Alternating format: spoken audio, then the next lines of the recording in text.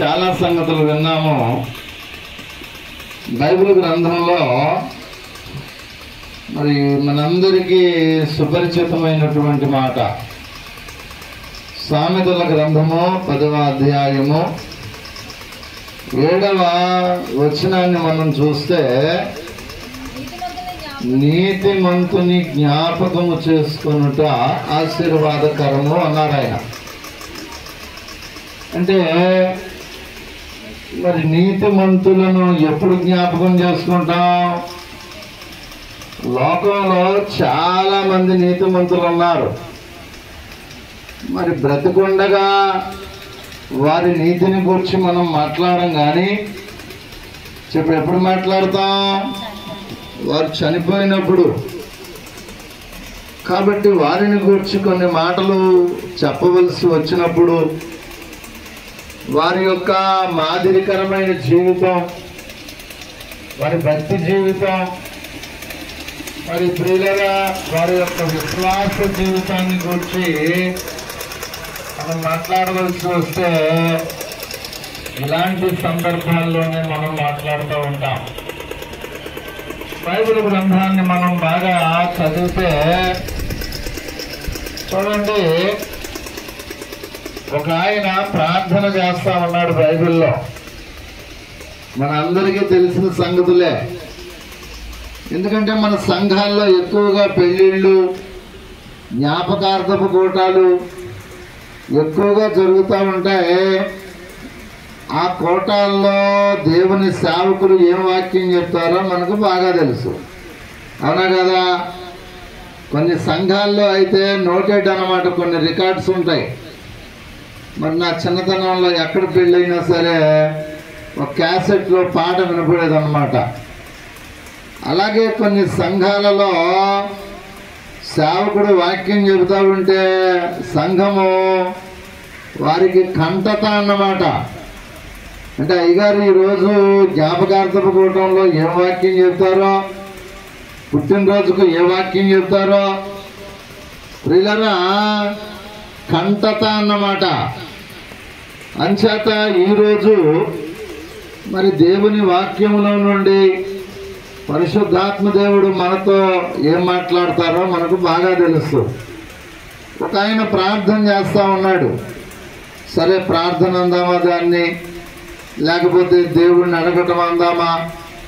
చూడండి, సంఖ్యాకాండ గ్రంథము 23వ అధ్యాయము, సంఖ్యాకాండ గ్రంథం 23వ అధ్యాయము 10వ వచనాన్ని ఒక్కసారి పరిశీలన చేద్దాం. యాకోబు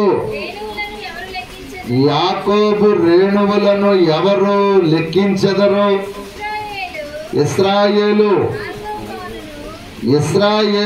4వ పాలును ఎవరు లెక్క పెట్టగలరు? జాగ్రత్తగా వినాలి. నీతిమంతుల మరణము వంటి మరణము నాకు లభించునుగాక. ఎవరండి? బేలాము చేసినటువంటి ప్రార్థన ఏంటంటే, నీతిమంతుల మరణము వంటి మరణము నాకు లభించునుగాక అని ప్రార్థన చేశాడు. కానీ నీతిమంతుల మరణం వచ్చిందా? రాలా. బేలాము నీతిమంతుల మరణము వంటి మరణము నాకు కలగాలని ప్రార్థన చేశాడు. కానీ మరి బేలాముకు దుర్మరణమే వచ్చింది. కొన్ని మరణాలు లోకంలో భయంకరంగా ఉంటాయి దేవుని పిల్లలారా. ఒక వ్యక్తికి నీతిమంతుల మరణము వంటి మరణము రావాలి అంటే ఆ వ్యక్తి నీతిమంతుడుగా తీర్చబడాలన్న సంగతి బైబిల్ గ్రంథం మనతో మాట్లాడుతూ ఉంది. కాబట్టి బేలాము నీతిమంతుడు కాదు. బేలాము దేవుని ప్రజలను శపించుటకు సిద్ధపడినటువంటి వాడు. దేవుని చిత్తానికి వ్యతిరేకంగా వెళ్ళాడు, దేవుని ఉద్దేశానికి వ్యతిరేకంగా వెళ్ళాడు. కానీ ఏం కోరుకుంటున్నాడంటే నీతిమంతుల మరణము వంటి మరణము నాకు లభించునుగాక అంటున్నాడు. ఒక మాట చెప్తాను బైబిల్ గ్రంథంలో చూడండి.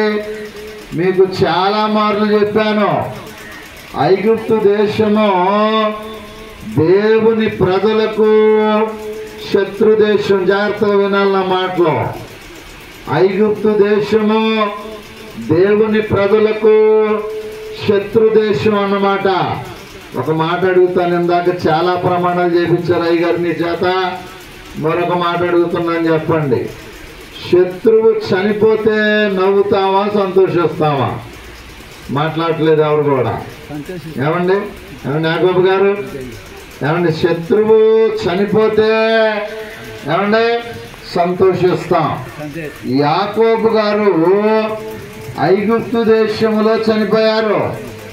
ఐగుప్తు దేశము దేవుని ప్రజలకు శత్రు దేశం అన్నమాట. శత్రు దేశమైనటువంటి ఐగుప్తు దేశములో యాకోబు గారు చనిపోతే ఒక మాట చెప్పనా నేను, ఇశ్రాయేలీలు 50 రోజులు ఏడిస్తేనంట ఐగుప్తీయులు 70 రోజులు ఏడ్చారంట. ఇప్పుడు చెప్పండి, దేవుని ప్రజల యొక్క దుఃఖం ఎక్కువగా ఉందా, లేక శత్రువు చనిపోయిన ఆ దేశంలో యాకోబు గారు చనిపోయిన ఆ దేశంలో శత్రువుల యొక్క దుఃఖం ఎక్కువగా ఉందా అని ఆలోచన చేస్తే, శత్రువులను సైతము ఆ దుఃఖింపజేసినటువంటి మాదిరికరమైన బ్రతుకు ఎవరిదంటే యాకోబు గారిదని మీకు నేను తెలియజేస్తా ఉన్నాను. మరి బేలాం ఎవరు అంటే దేవుని ప్రజలను దూషించిన వాడు, దేవుని చిత్తాన్ని వ్యతిరేకించిన వాడు, దేవుని యొక్క చిత్తమునకు ఎదురు వెళ్ళినటువంటి వాడు అన్నమాట. ఇలాంటి దేవుని చిత్తాన్ని పక్కన పెట్టి దేవుని చిత్తానికి ఎదురు వెళ్ళిన బేలాము చేసిన ప్రార్థన ఏంటంటే, నీతిమంతుల మరణము వంటి మరణము నాకు లభించునుగాక. కొన్ని దుర్మార్గపు ప్రార్థనలు ఉంటాయి సంఘంలో. దేవుని పిల్లలారా, మన వీధిలో ఒక అమ్మగారు ప్రార్థన చేసేవారు, పేరు చెప్పంలేండి, భయపడైతే కాదు. ప్రభువా ఈ వీధిలో ఒక వ్యక్తిని చంపే ప్రభు అని ప్రార్థన చేసేది. ఎంత మంచి ప్రార్థన ఏమండి. అంచేత ప్రార్థన చేసి చేసి చేసి ఆమె చచ్చిపోయింది. ఇప్పుడు చెప్పండి స్తోత్రం గట్టిగా.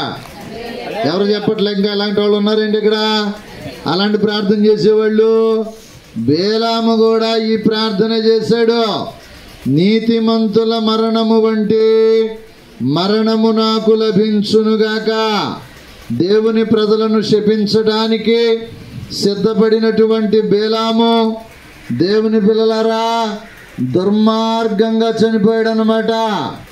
దేవుని పిల్లలారా, కాబట్టి దేవుని వాక్యంలో చూస్తే నీతిమంతులను జ్ఞాపకం చేసుకొనుట. చెప్పండి, మేరీ విజిలత ఎవరు? నీతిమంతురాలు. ఇక్కడ కూర్చున్నటువంటి మనం అందరం కూడా కాసేపు అనుకుందాం, ఎవరమంట? నీతిమంతులం. ఎలాగా నీతిమంతులము అయ్యాము అంటే బైబిల్ గ్రంథం చెబుతుంది. రోమాపత్రిక చదువుదాం, వేగంగా చదువుదాం. నాకు ఇచ్చిన సమయానికే ముగిస్తాను.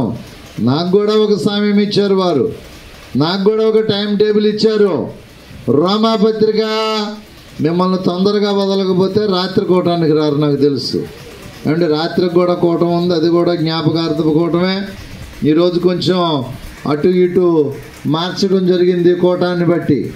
రోమాపత్రిక 5వ అధ్యాయము 9-10 వచనాలు ఒక్కసారి వేగంగా చదువుదాం. కాబట్టి ఏమండి, ఆయన రక్తము వలన ఇప్పుడు నీతిమంతులుగా తీర్చబడి మరింత నిశ్చయముగా ఆయన ద్వారా ఉగ్రత నుండి ఇప్పుడు అంతవరకు అయ్యగారు చెప్పారు కదా, ఆయన ద్వారా మరింత, కాబట్టి ఆయన రక్తము వలన.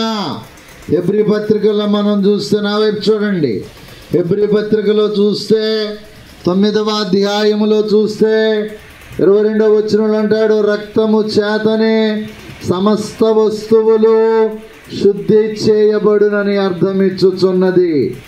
రక్తము వలన యేసుక్రీస్తు ప్రభువు కలువరి శిలువలో మానవాళి కొరకు కార్చినటువంటి ఆ రక్తమును బట్టి మానవులమైన మనము నీతిమంతులుగా తీర్చబడ్డాం అన్నమాట.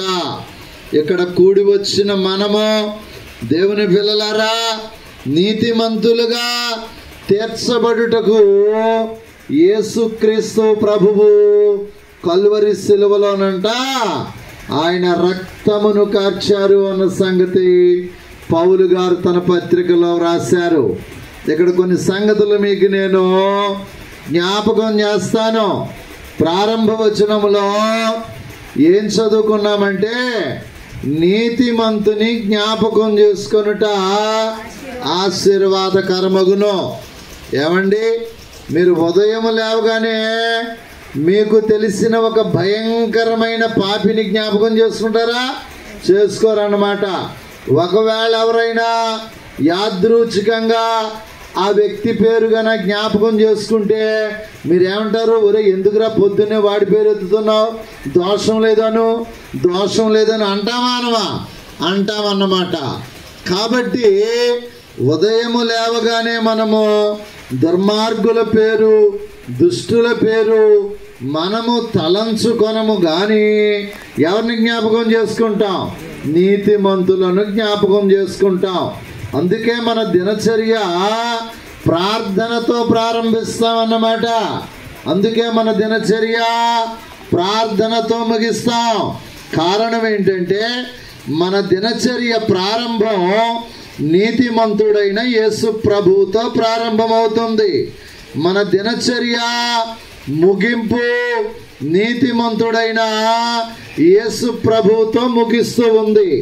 ఈ దినమందు యేసు క్రీస్తు ప్రభువు కల్వరి శిలువలో కార్చిన రక్తమును బట్టి మేరీ విజ్జిల్లత గారు వారి కుటుంబములో ప్రభు యొక్క రక్తము చేత కడుగబడి శుద్ధీకరించబడి దేవుని పిల్లలారా పవిత్రపరచబడి ఆమె నీతిమంతుల వరసలోనికి వచ్చిందన్నమాట. చాలామంది భక్తిగా ఉంటారు. వద్దుపర్రు అనే గ్రామం ఉంది గోదావరి జిల్లాలో. 30 ఏళ్ళుగా ఆమె దేవాలయానికి వెళుతుంది. జాగ్రత్తగా వినాలి నా మాటలో.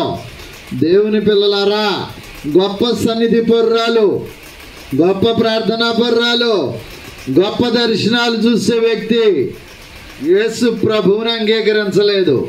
ఒక రోజున సందర్భంలో నేను ఈరోజు చెప్పే మాట ఏంటంటే, ఇంకా యేసు ప్రభువుని అంగీకరించి కూడా ప్రభువును రక్షకునిగా అంగీకరించకపోతే దేవుని పిల్లలారా, ఈరోజు పరిశుద్ధాత్మ దేవుడు ఈ మాట మీతోటే మాట్లాడుతూ ఉన్నాడు. నేను అడిగాను, అమ్మా మీకు సంస్కారం మొదటి వారమా రెండో వారమా అంటే, అయ్యగారు నేను బాప్తిస్మం తీసుకోలేదు అంది. ఎందుకు తీసుకోలేదమ్మా అని అడిగితే, మా ఆయన గారు నన్ను వదిలేసి బొంబాయి వెళ్ళిపోయారండి, వస్తే ఒకవేళ బాప్తిస్మం తీసుకున్నానని తెలిస్తే పూర్తిగా వదిలేస్తాడేమో, అందుకే బాప్తిస్మం తీసుకోలేదు అంది. నేను అన్నాను, అమ్మా నీ భర్త బొంబాయి నుంచి రావాలంటే నువ్వు బాప్తిస్మం తీసుకో, మీ భర్త బొంబాయి నుంచి వచ్చేస్తాడని చెప్పాను నేను. వెంటనే ఆమె ఎందుకో ఆ మాట ఆమెను పట్టుకొని బాప్తిస్మం తీసుకున్న నెల రోజులకి తన భర్త వచ్చేసాడు. దేవునికి మహిమ కలుగును గాక. ఆయన కూడా వినండి వెనకాల వాళ్ళు, బాప్తిస్మం పొందాడన్నమాట. చాలామంది దేవుని దగ్గరకు వస్తారు, ప్రభువుకి కానుగిస్తారు, ప్రతిరోజు ప్రార్థన చేస్తారు. రక్షణ బాప్తిస్వము మాత్రము వారు తీసుకోరు. కాబట్టి నువ్వెంతకాలం దేవాలయానికి వచ్చినా, నువ్వెన్ని కానుకలు ఇచ్చినా, నీతిమంతుల వరసలోనికి, నీతిమంతుల పట్టీలోనికి నీవు రావాలి అంటే ప్రభువైన యేసుక్రీస్తు కార్చిన కల్వరి శిలువ రక్తములో నీవు నేను కడగబడవలసిందే. అందుకే అంటాడు చూడండి, అందుకే కీర్తనాకారుడు ఏమంటాడంటే 69వ కీర్తన వేగంగా చదువుదాం. 69వ కీర్తన చూడండి, 28వ వచనాన్ని చదువుదాం. బాగా వినాలి. జీవ గ్రంథములో నుండి వారి పేరులు తుడుపు పెట్టుము. ఏ పట్టి అంట? నీతిమంతుల పట్టీలో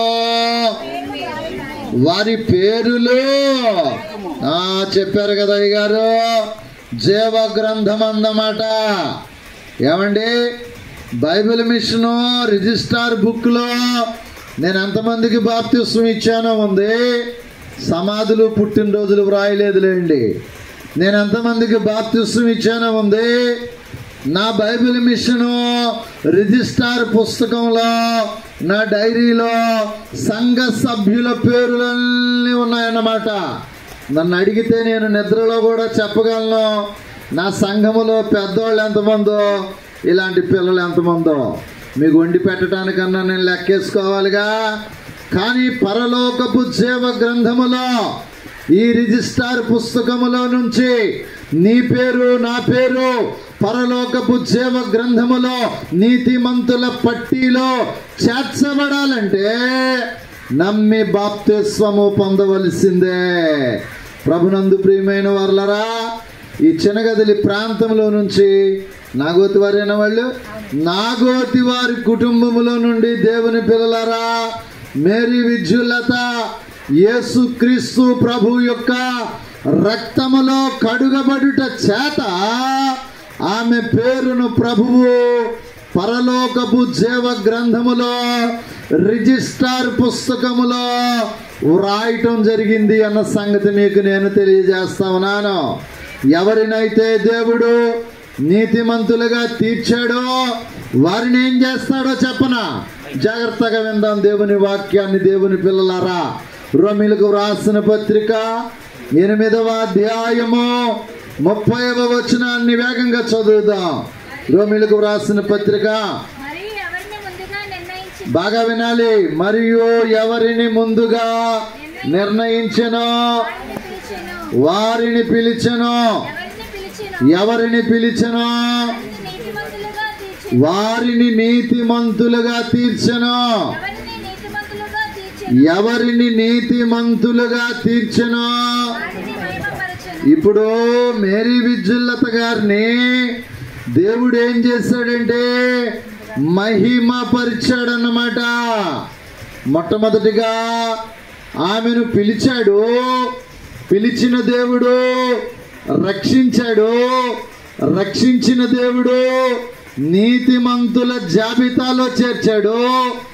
ఆమె నీతిమంతుల జాబితాలో చేర్చబడుట వలన ఆమెను దేవుడు మహిమపరిచాడన్నమాట. ఎక్కడికి వెళ్ళిపోయింది ఆమె? ఇందాక అడిగారు కదా, ఆమె ఖచ్చితంగా ఎక్కడుందని చెప్పాం మనం. పరదైస్సులో ఉంది. పరదైస్ అనగా పరలోకములో ఒక భాగము అని మనము గ్రహించాలి. ఇప్పుడు ఆమె ఎక్కడున్నారు చెప్పండి?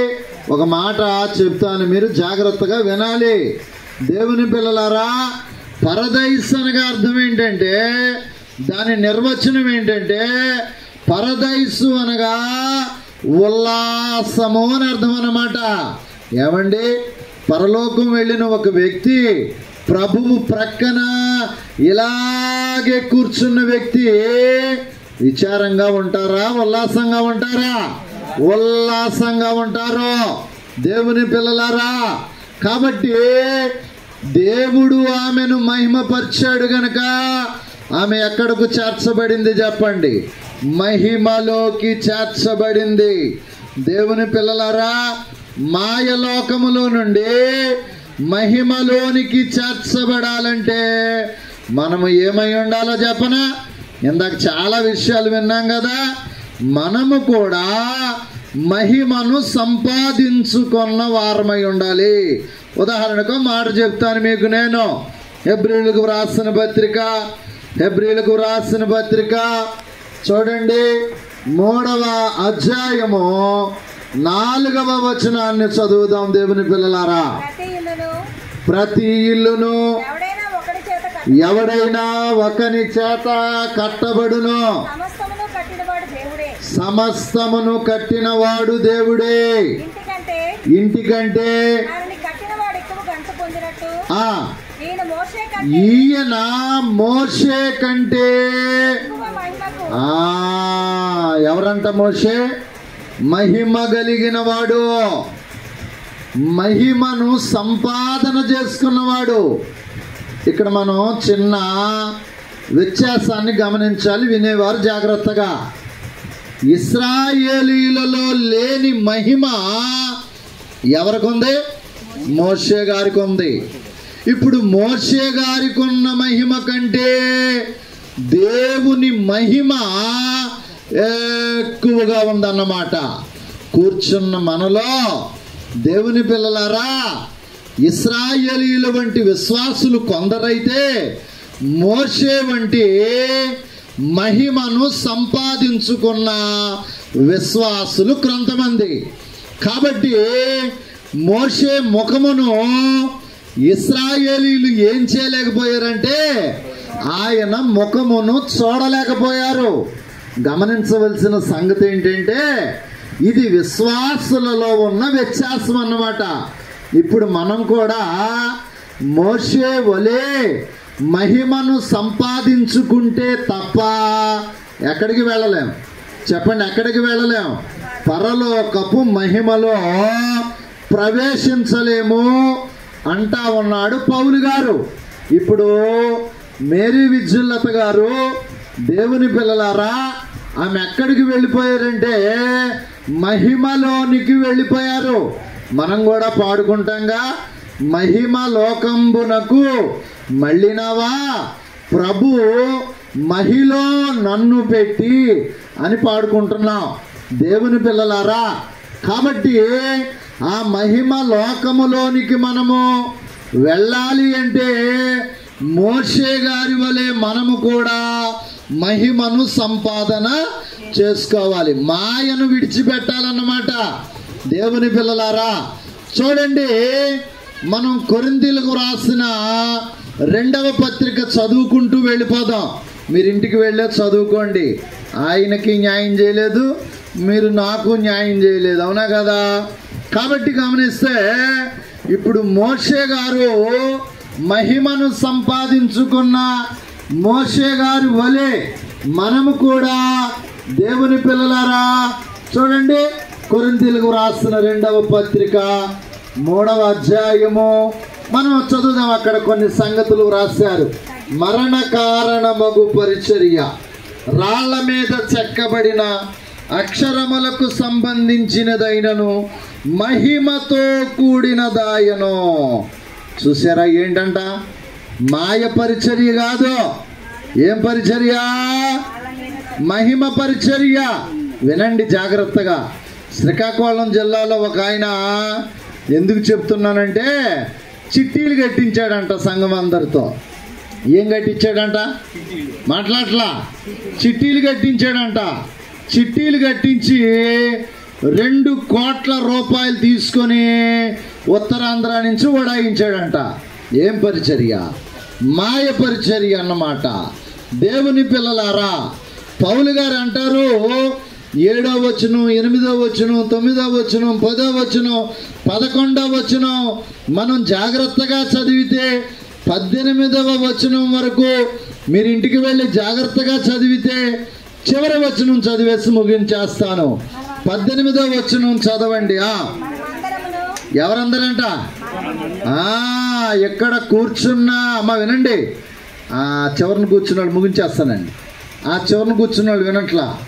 ఏమండి, మనమందరము, స్టేజీ మీద ఉన్నవాళ్ళు, స్టేజీ క్రింద ఉన్నవాళ్ళు, ఏమండి అందరము, మనమందరము ఏ ముఖముతో?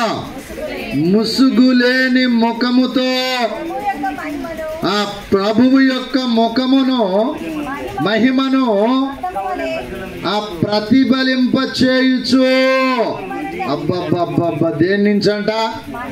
మహిమ నుండి. మహిమ నుండి అధిక మహిమలోనికి అన్నమాట. ఎక్కడుందంట అధిక మహిమ? ఎక్కడుందంట అధిక మహిమ? ఏ సంఘంలో ఉంది? మాట్లాడలా. అధిక మహిమ అది పరలోకములో ఉందన్నమాట. అందుకే వ్రాసినటువంటి మాట ఏంటంటే, మోషే కంటే ఎక్కువ మహిమ, అధిక మహిమ. ఇంకా ఏమంటాడంటే అత్యధికమైన మహిమ అంట. దేవుని పిల్లలారా, అందుకే సేనాయి శిఖరము మీద నుంచి దిగిన దైవజనుని యొక్క ముఖాన్ని ఎవరు చూడలేకపోయారు? ఇశ్రాయేలీయులు. ఏమండి, వీళ్ళిద్దరూ విశ్వాసులేగా, మోషే గారు కూడా విశ్వాసేగా. ఏమండి, ఇశ్రాయేలీయుల్లో కూడా ఏమండి ఘనమైన విశ్వాసులు ఉన్నారుగా. కారణం ఏంటంటే వీరికి లేనిది వారికి ఉన్నది ఏంటంటే మహిమ. కాబట్టి మహిమ ఎలాగొచ్చింది? 40 రోజులు ఆయన పాదాల మీద పడుట చేత ఈ మహిమ సంపాదన చేసుకున్నారు. కాబట్టి ఈరోజు మరి మేరీ విజ్జిల్లత గారు మహిమ నుండి అధిక మహిమలోనికి వెళ్ళిపోయారు. అక్కడ మహిమే ఉంటుంది. పరలోకం అంతా మహిమే. అక్కడ చీకటి ఉండదు. మనకు బాగా తెలిసిన సంగతులు. అక్కడ ఆకలి ఉండదు. మీకు అరగంట పోతే ఆకలి వేస్తుంది. ఏమన్నా అక్కడ నిద్ర రాదు. ఏమంటే రాత్రి 11 వరకు వాకింగ్ వెళ్తే మొన్న గారు 11:20 వరకు చెప్పారు. ఇంకొకళ్ళు వచ్చి మనల్ని ఆపండి అనే పరిస్థితి. అంటే మనకే లేదు, టైం సెన్స్ లేదు, వచ్చే వాళ్ళకి లేదు, చెప్పే వాళ్ళకి లేదు. దేవుని పిల్లలారా, గమనించాలి దేవుని వాక్యాన్ని. పరలోకం అంట మహిమ సంపాదన చేసుకున్న వారు మాత్రమే వెళ్తారంట. అందుకే అంటాడు ప్రకటన గ్రంథములో 21వ అధ్యాయములో 24వ వచనములో, భూరాజులు తమ మహిమను దానిలోనికి తెత్తురు. నీ జ్ఞానం వెళ్ళదక్కడికి, నీ ఆస్తి వెళ్ళదక్కడికి, నీ పేరు వెళ్ళదక్కడికి. నీవు భూలోకములో సంపాదించుకున్న మహిమ మాత్రమే పరలోకము చేరుతుంది. అంటే నీతిమంతుల మహిమ. కాబట్టి నీతిమంతులను ఆయన ఏం చేస్తాడంటే మహిమ పరుస్తాడు. మేరీ విజ్జిల్లత గారిని దేవుడు పిలిచాడు. పిలుపనగా రక్షణ పిలుపు. ఆయన పిలిచాడు, రక్షించాడు, నీతిమంతురాలుగా తీర్చాడు. దేవుని పిల్లలారా, మహిమపరిచాడు. ఎన్నో దర్శనాలు చెప్పేది ఆవిడ. నాకు ఒక మాట చెప్పి నేను ముగించేస్తాను. దేవుని పిల్లలారా, వాళ్ళ ఇంటి దగ్గర మాట్లాడుకుండేవారంట. ఏంటేంటో మాట్లాడుకుండేవారంట. అవి నాకు తెలీదు. దేవాలయంలో వేదిక మీద నుంచి వారు నాతో చెప్పాలనుకున్న ప్రతి మాట పరిశుద్ధాత్ముడు మాట్లాడేవారంట. ఇక నాకు చెప్పకుండా వారు మార్గంలో వచ్చేటప్పుడు దాన్ని రిపీట్ చేసేవాళ్ళంట. మనం చెప్పాలనుకున్నవన్నీ ఎవరు చెప్పేశారు? ఇప్పుడు ఏమనుకుంటాం, చాలామంది మారు మనసు లేకపోతే మా ఇంటి పక్కన వాళ్ళు ఎవరో చెప్పేసి ఉంటారు పాస్టర్ గారికి అనుకుంటామని అంటారా? ఒక ఆవిడ ఉంది, వాక్యం అంతా నా కోసమేనమ్మా ఏ వారం వచ్చినా. దేవుని పిల్లలారా, అంటే వాళ్ళకి ఏం నమ్మకం లేదు, పరిశుద్ధాత్మ దేవుడు మాట్లాడతాడన్న నమ్మకం లేనటువంటి విశ్వాసులు పరలోకం ఎలాగ వెళ్తారని అడుగుతామన్నా. అందుచేత అలాంటి మహిమను సంపాదన చేసుకున్న నీతిమంతులైన వారిని జ్ఞాపకం చేసుకునుట ఇప్పుడు చెప్పండి ఏంటంట ఆశీర్వాదకరం. చాలా సంగతులు రాశాను, సమయం అయిపోయింది, నాకు సిగ్నల్ వచ్చింది. ఏమండి వాళ్ళు వచ్చి ఆపండి అనే లోపు ఆపేస్తే ఏం మిగులుద్ది? మనకి మర్యాద మిగులుద్ది అన్నమాట. అందుచేత మరి మేరీ విజిల్లత గారు ఎన్నో దర్శనాలు కలిగిన వారు, చాలా ఆమె నిరాడంబర వ్యక్తి. దేవుని పిల్లలారా, ఏమండి, మరి చాలా సాత్వికురాలు అన్నమాట. చర్చిలో ఒక్క మాట కూడా, చాలా పిన్ డ్రాప్ సైలెంట్ అన్నమాట. అలాంటి వాళ్ళు మందిరంలో చాలా తక్కువ మంది, అరుదుగా ఉంటారు. మాట్లాడకపోయినా గోకి మాట్లాడే విశ్వాసులు తొంటరోళ్ళు ఉంటారండి. గోకి మరీ మాట్లాడతారు, అంటామంటారు. అర్థం కాదు నాకు. దేవుని పిల్లలారా, అలాగన్నాను, నాకు ఆవిడ చర్చి మానేసింది. దేవుని పిల్లలారా, కాబట్టి గమనించాలి, చాలా డిసిప్లిన్. చనిపోయిన వారిని గురించి ఇలాగ చెప్తారు కదా, అందరి కోసం ఇలా చెప్తారు కదా. కారణం ఏంటంటే చనిపోయాక కళ్ళకు వస్తారని భయం అన్నమాట. నాకు ఆ భయం లేదు. స్తోత్రం చెప్పండి. ఆవిడ రావాలని కోరుకుంటున్నాడుతో మాట్లాడాలని కోరుకుంటున్నాం. ఎలాగ ఈ నెల రోజుల్లో ఏదో ఒక రోజు ఆవిడ వచ్చుద్ది, కొన్ని విషయాలు నాతో చెప్పుద్ది. స్తోత్రం చెప్పండి గట్టిగా. అందుచేత ప్రభునందు ప్రియమైన వారలారా, అలాంటి నీతిమంతురాలను జ్ఞాపకం చేసుకొనుట మన అందరికీ ఆశీర్వాదం, ఆ కుటుంబానికి ఆశీర్వాదం, ఈ కార్యక్రమంలో ఏకీభవించిన మీకు ఆశీర్వాదం. మరి పిలవగానే దేవుని సేవకులు, దైవజనులు, వారికి ఎన్నో పనులు ఉన్న సంఘాన్ని తీసుకుని వచ్చారు. ప్రత్యేకంగా వారికి కూడా మన ఆర్లో బైబిల్ మిషన్ సంఘం తరపున నా కృతజ్ఞతలు, నా మన్నాతలు తెలియజేస్తా ఉన్నాను. అయ్యగారు ఎంత మంచివారో ఒక్క మాట చెప్పి నేను ముగించేస్తా. మా నాన్నగారు 30 సంవత్సరాల కిందట, నేను సేవకు రాకమునుపు, మరి ఎన్ని సంవత్సరాలు గుర్తులేదు కానీ, వారి విశ్వాసుల్ని దర్శించడానికి వెళ్ళేవారు మా నాన్నగారు. వారి విశ్వాసుల్ని ఈయన ఏం చేసేవాడు అంటే, ఆయన రాగానే చెయ్యట్టుకొని లోపల తీసుకెళ్ళి కూర్చోబెట్టేవాడు.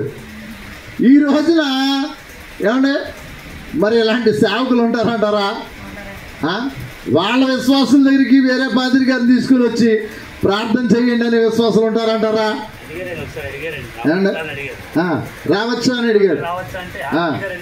చూసారా, అంత మంచి ఆయన. దేవునికి మహిమ కలుగును గాక.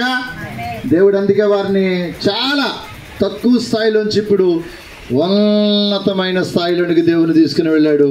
దేవుడు వారిని, వారి సంఘాన్ని, వారి కుటుంబాన్ని, వారి సమస్తాన్ని దేవుడు దీవించును గాక. దేవుడి మాటలు దీవించును గాక.